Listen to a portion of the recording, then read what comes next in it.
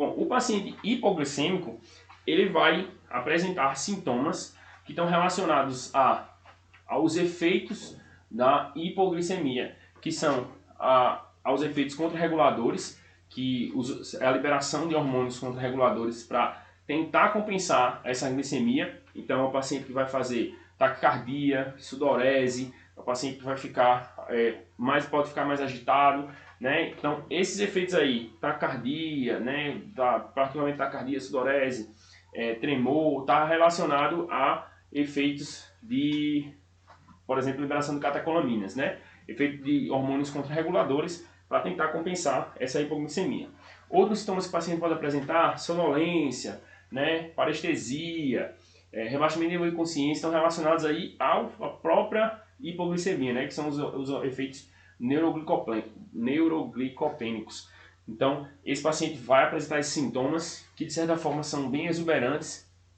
Então, ficar atento aí para esses sintomas. Paciente com sudorese, rebaixamento de nível de consciência, tremor, parestesia, paciente com taquicardia, ele pode estar apresentando, né, um quadro de hipoglicemia. E quando é que a gente chama de hipoglicemia? Particularmente no paciente diabético, quando a glicemia dá menor do que 70. E se a gente está falando de um paciente não diabético, no geral ela é menor do que 55 para poder começar a dar algum sintoma. Por que isso? Porque o paciente diabético ele tem uma resistência à insulina, né, e à glicose alterada, porque ele tem uma tendência a ter a glicemia sempre mais alta, então o organismo dele se acostuma com um pouquinho mais alto. E no paciente não diabético, ele tolera bem um tempo de jejum, um tempo sem glicose no organismo, a gente consegue compensar, mas geralmente quando é abaixo de 55, começa a apresentar sintomas, tá?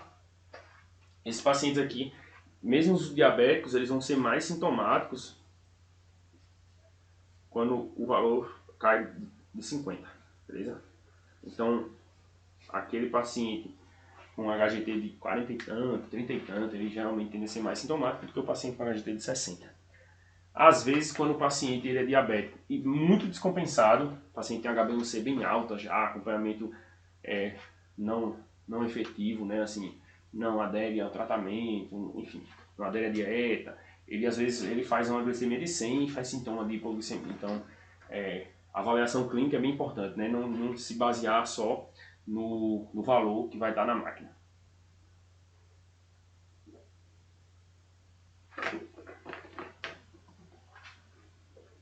Então, como é que você trata isso aqui? Né? Assim, o quadro é bem sugestivo, o diagnóstico é bem rápido, porque você furou o dedinho ali, viu na máquina do HGT a glicose. Como é que você vai tratar? Glicose, 50%, de 3 a 5 ampolas.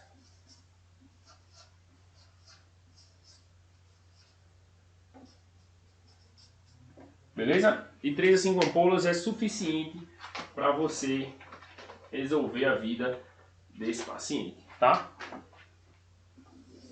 Preferência para via VO. Se o paciente está de boa assim, né? Ele está sintomático. Mas se ele consegue comer, ele consegue deglutir, ele tá tranquilo. Então pode fazer via oral, tá? Dá as ampolas para ele tomar. Se tiver algum alimento lá, um suco, ele tenta para ele beber, para tentar compensar isso aí, preferencialmente VO. Se não tem condições de VO, faz EV. Beleza? Então faz a EV para poder compensar, né? Então assim, é uma resposta bem rápida, 3 a 5 ampolas, o paciente responde, em poucos minutos ele já começa a acordar, já começa a melhorar e você tem uma resposta beleza aí para essa questão da hipoglicemia.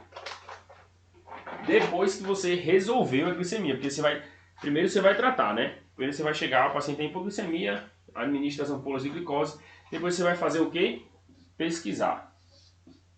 Por que esse paciente teve essa hipoglicemia?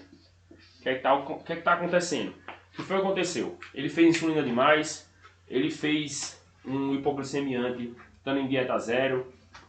A grande maioria das vezes vai ser isso. A grande maioria das vezes vai ser um uso inadequado da medicação, né, o uso inadequado da insulina ou de algum hipoglicemiante, quando o paciente deveria não estar usando ou deveria diminuir a dose, né?